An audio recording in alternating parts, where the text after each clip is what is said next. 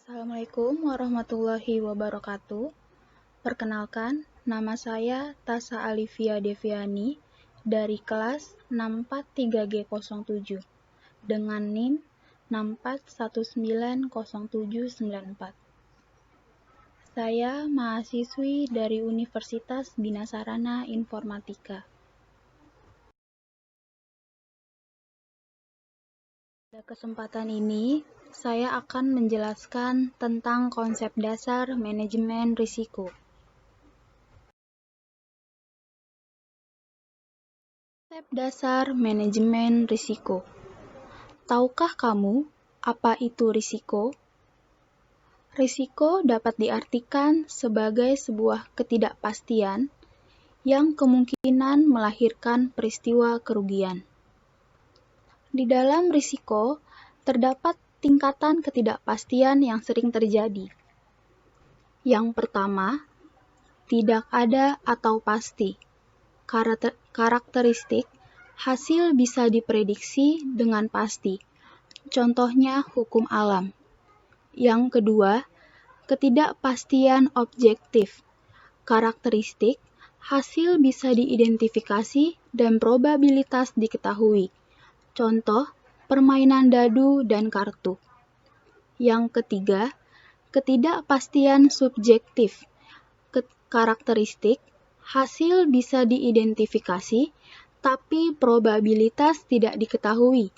Contoh, kebakaran, kecelakaan mobil, dan investasi. Dan yang terakhir, sangat tidak pasti. Karakteristik hasil tidak bisa diidentifikasi dan probabilitas tidak diketahui. Contohnya, eksplorasi angkasa. Macam-macam risiko. Macam-macam risiko dapat dibedakan menjadi 3 bagian, yaitu berdasarkan sifat. Yang pertama, risiko spekulatif. Risiko ini sengaja diadakan agar meraih keuntungan. Yang kedua, risiko murni. Timbulnya tidak disengaja dan apabila timbul akan membuat kerugian. Yang ketiga, risiko fundamental. Risiko yang penyebabnya tidak dapat dilimpahkan kepada orang lain.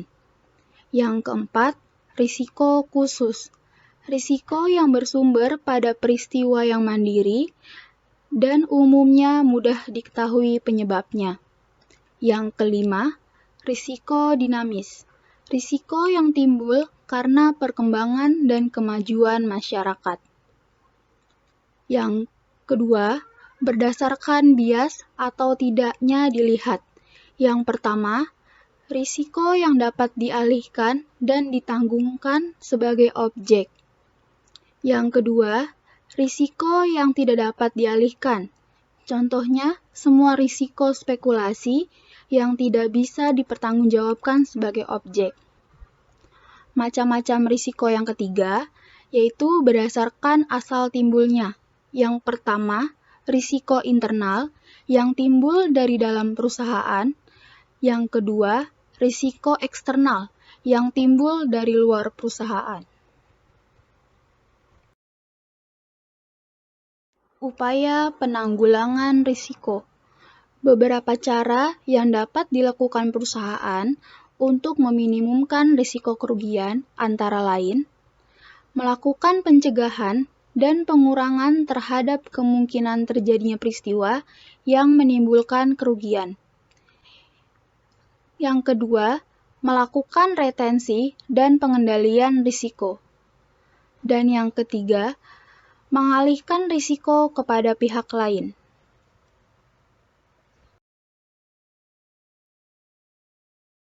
Manajemen risiko. Tahukah kamu apa itu manajemen risiko?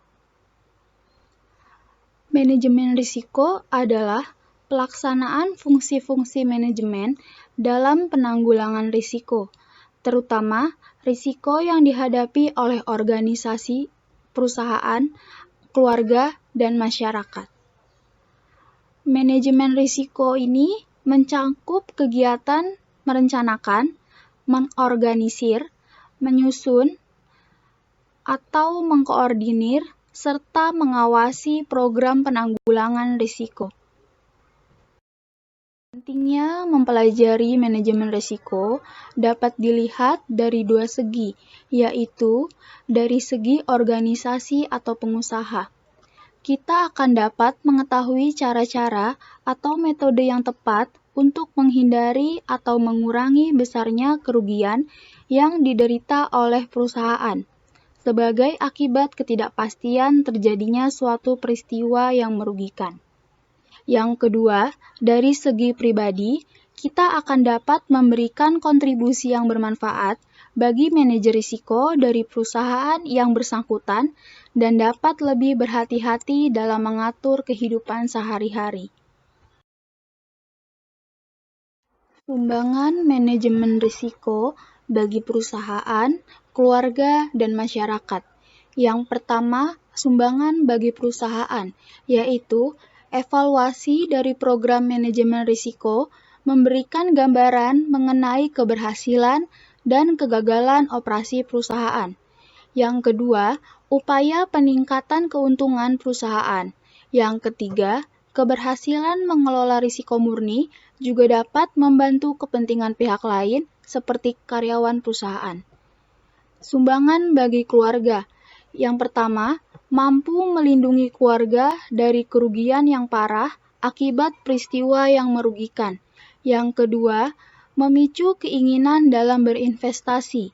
Yang ketiga, meringankan keluarga dari tekanan mental dan fisik akibat ketidakpastian risiko. Sumbangan bagi masyarakat. Yang pertama, penanggulangan yang baik terhadap kemungkinan terjadinya pemogokan buruh akan menghindarkan masyarakat di sekitar perusahaan dari huru-hara akibat pemogokan. Yang kedua, pengelolaan limbah yang baik akan berdampak pada ketentraman masyarakat di sekitar perusahaan. Nilai ekonomis penanggulangan risiko. Nilai ekonomis penanggulangan risiko pada hakikatnya akan mengurangi bahkan dapat menghilangkan kerugian-kerugian yang bersifat ekonomis dari suatu risiko. Sehingga upaya penanggulangan risiko mempunyai nilai ekonomis yang tidak kecil dan nilai-nilai ekonomis tersebut meliputi yang pertama, penghindaran atau pengurangan nilai dari kerugian terjadinya peristiwa yang merugikan, yang tidak dapat dipastikan terjadinya, yaitu seimbang dengan nilai kerugiannya. Misalnya, nilai kerugian harta karena kebakaran, kecelakaan, dan sebagainya. Poin kedua, adanya ketidakpastian dapat menimbulkan ketegangan mental maupun fisik bagi orang yang bersangkutan, karena adanya ketakutan dan kekhawatiran akan terjadinya peristiwa yang merugikan. Poin ketiga, semua orang tentu berusaha untuk mengamankan diri serta harta bendanya terhadap risiko, termasuk sumber-sumber dana dan daya yang dimilikinya.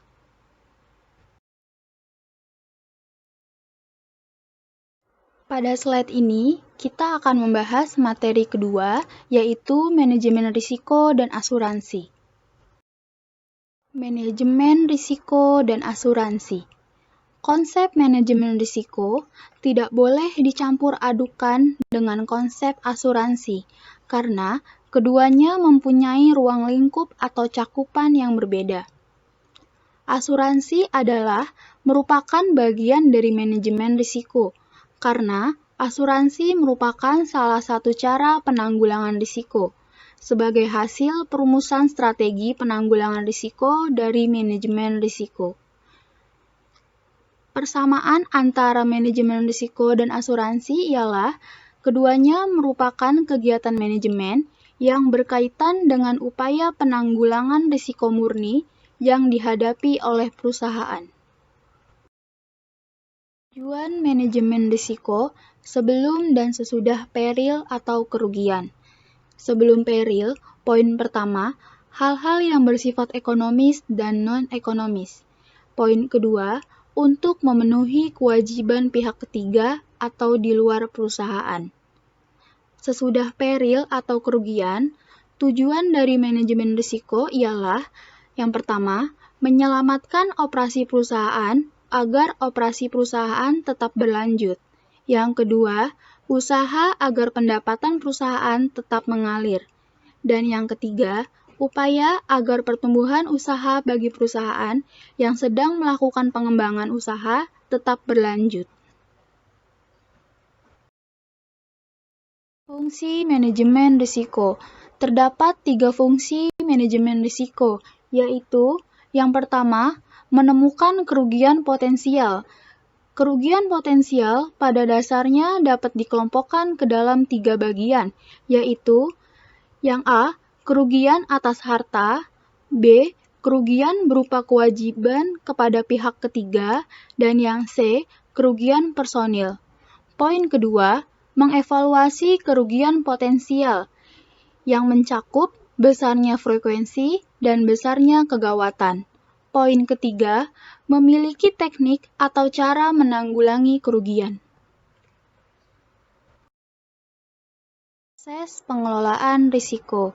Proses pengelolaan risiko dapat dibagi menjadi 4 tahap, yaitu yang pertama, identifikasi risiko. Identifikasi risiko ini daftar dari risiko potensial, seperti proyek, produk, atau bisnis yang memungkinkan diidentifikasi risikonya. Tahap kedua adalah analisis risiko. Analisis risiko ini adalah daftar dari prioritas risiko yang dikaji, kemungkinan dan konsekuensi dari risiko. Yang tahap ketiga, perencanaan risiko.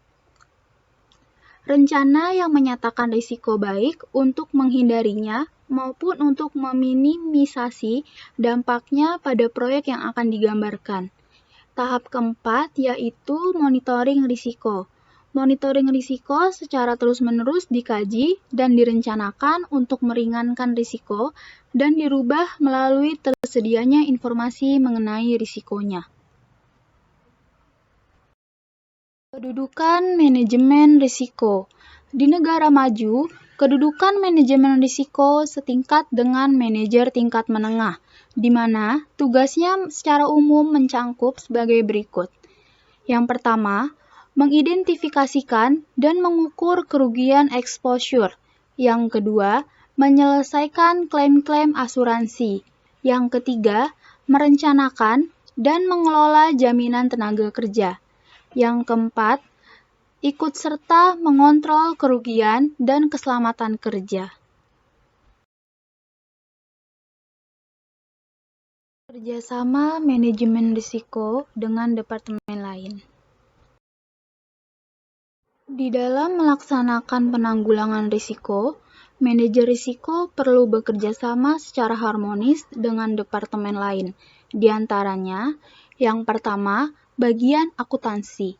Pada bagian akuntansi, manajemen risiko berkaitan dengan upaya mengurangi penggelapan dan pencurian oleh karyawan atau pihak lain. Yang kedua, pada bagian keuangan. Manajemen risiko pada bagian keuangan berkaitan dengan upaya mendapatkan informasi tentang kerugian dan gangguan terhadap cash flow. Yang ketiga, pada bagian pemasaran, manajemen risiko berkaitan dengan tanggung gugat, yaitu risiko adanya tuntutan dari pihak luar. Yang keempat, bagian produksi. Pada bagian produksi, manajemen risiko berkaitan dengan upaya pencegahan produk cacat, pemborosan, dan kecelakaan kerja. Yang kelima, engineering atau maintenance. Pada engineering dan maintenance, manajemen risiko berkaitan dengan mencegah, mengurangi, maupun kegawatan dari suatu kerugian. Yang keenam, pada bagian personalia, manajemen risiko bertanggung jawab atas penanggulangan risiko yang berkaitan dengan diri karyawan serta jaminan tenaga kerja. Contoh kasus manajemen risiko dan penyelesaiannya. Contoh kasus yang saya ambil pada pembahasan ini adalah kasus pada PT Lapindo Brantas. Bencana ekologis nasional lumpur panas yang terjadi di Kabupaten Sidoarjo, Provinsi Jawa Timur, dimulai pada tanggal 28 Mei 2006. Kegiatan eksplorasi minyak dan gas, sebagaimana dilakukan oleh PT Lapindo Brantas, merupakan kegiatan survei seismik dan eksplorasi. Kegiatan tersebut merupakan rangkaian kegiatan yang dilakukan karena sifat cadangan minyak dan gas bumi yang berada di perut bumi tidak dapat ditentukan lokasinya secara pasti. Karena besarnya volume semburan, menyebabkan air lumpur tersebut dialirkan ke badan air Sungai Porong dan Sungai Alo demi menjamin keselamatan jiwa masyarakat dan infrastruktur di sekitar lokasi semburan. Dan ini juga berdampak pada kerusakan ekosistem di sungai tersebut. Akibat dari masalah ini, semua pihak sangat dirugikan, terutama masyarakat yang terkena dampak dari lumpur serta polusi yang dihasilkan dari lumpur tersebut. Bukan hanya masyarakat, PT Lapindo Brantas juga mengalami banyak kerugian sehingga berdampak pada semua investor serta karyawan PT Lapindo Brantas.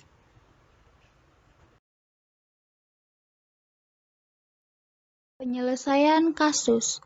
Dari risiko-risiko yang terjadi, saya mengambil beberapa kesimpulan dan cara untuk mengantisipasi atau meminimalkan risiko kejadian tersebut di kemudian hari. Yang pertama, dengan AMDAL atau analisis mengenai dampak lingkungan. Yang kedua, teknologi. Gunakanlah teknologi yang sesuai dengan usaha yang akan dimulai untuk dapat memudahkan risiko-risiko yang akan terjadi di kemudian hari. Serta, buatlah keputusan dengan beberapa para ahli dalam mengatasi risiko yang telah terjadi. Yang ketiga, lokasi yang strategis. Penentuan lokasi usaha sangat mempengaruhi pada dampak risiko usaha yang terjadi. Usahakan lokasi usaha jauh dari lingkungan masyarakat agar dapat mengantisipasi limbah yang ada dan tidak mengganggu masyarakat sekitar.